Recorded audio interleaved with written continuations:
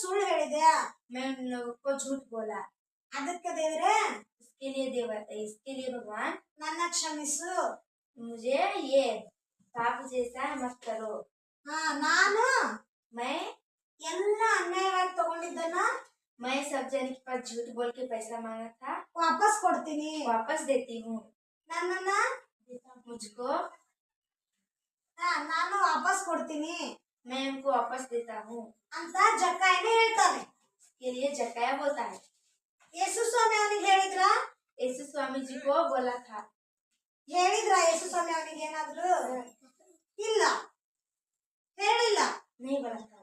ಆದ್ರೆ ये क्या है तो ದೇವರಲ್ಲಿ ಇದ್ದಿದ್ರಿಂದ भगवान जी वहाँ पे रहने के बाद ಅವನಿಗೆ ಏನಾಯ್ತು? उसको क्या हुआ? ಪಶ್ಚಾತ್ತಾಪ ಆಯ್ತು, पश्चाताप ಮನವರಿಕೆ ಆಯ್ತು, ತಪ್ಪಂತ ಗೊತ್ತಾಯ್ತು. झूठ उसको मालूम हो गया. ಅದಕ್ಕೋಸ್ಕರ उसके बाद ಅವನನ್ನ ದೇವ್ರ ಏನ್ ಮಾಡಿದ್ರು? ಆಶೀರ್ವಾದ ಮಾಡಿದ್ರು. उसको भगवान जी इसको आशीर्वाद दिए, ಅವನಿಗೆ ರಕ್ಷಣೆಯನ್ನ ಕೊಟ್ರು. उसको